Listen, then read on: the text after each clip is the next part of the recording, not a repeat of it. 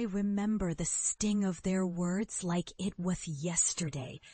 "You're wasting your life on a pipe dream," my father snapped, voice thick with disdain. "You think you can change the world with some gadget? That's just amateur tinkering. You're an embarrassment to this family." My mother's eyes filled with tears, not of pride, but of shame, as if my very existence was a stain she couldn't wash away. And my siblings, they snickered behind my back, calling me the crazy scientist or dreamer who'll fail. Back then, I was just a medical physicist with a burning passion, a dream to democratize healthcare with portable imaging technology, to bring diagnostics to the most remote, neglected corners of the world. But I was publicly shamed for exposing biased scientific data that protected corporate interests.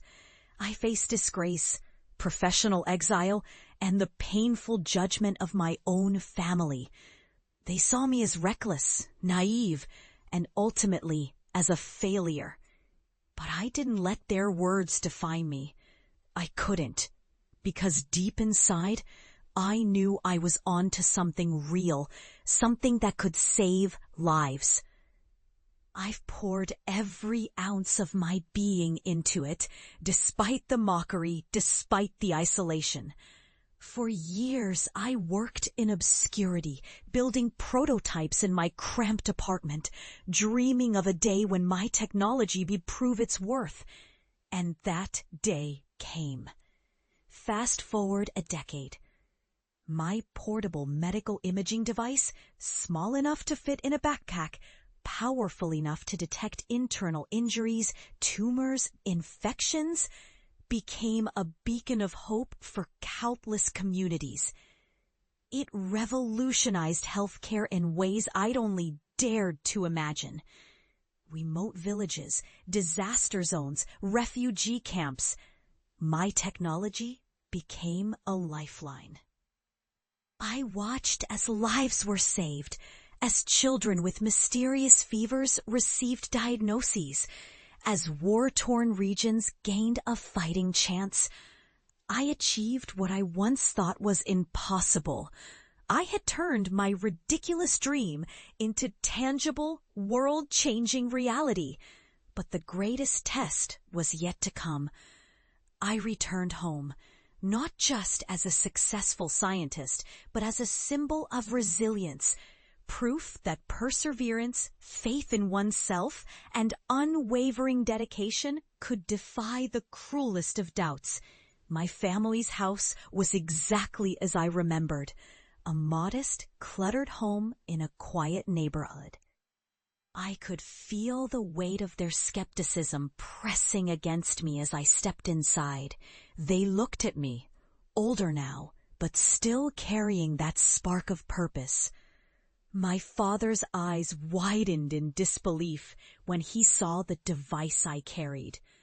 My mother's hands trembled as she reached out, unsure whether to embrace or recoil. My siblings stared, mouths agape, as I set up the portable scanner in the living room. I could sense their curiosity, their lingering doubt. This was their moment of reckoning. I powered up the device. The room filled with a gentle hum, a sound I'd come to associate with hope. I connected the scanner to a laptop and turned to my family. "Mom, Dad, I want you to see what I've built," I said softly. "What I've dedicated my life to." The screen flickered to life, displaying an internal image of a volunteer from the community I'd recently helped, someone who'd suffered from a mysterious illness. The image was clear, detailed, and immediate.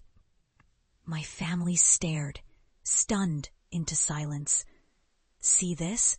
I pointed. "This is the future of accessible healthcare. No more waiting for distant labs. No more expensive machinery, just portable, affordable, life-saving technology." My father's jaw tightened, his eyes narrowing. You really think this is enough? You think you've proved us wrong? I took a breath. No. I don't need to prove anything to you anymore.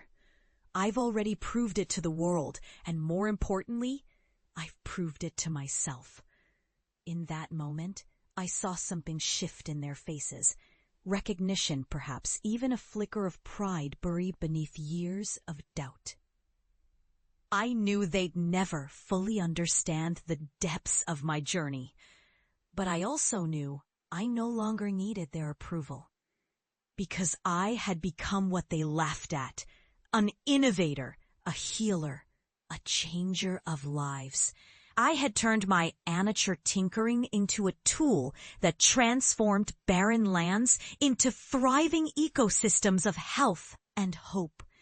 And as I packed up the device, I saw my mother wipe her eyes, my father nodding slowly, and my siblings exchanging looks, perhaps a silent acknowledgement that their assumptions had been shattered.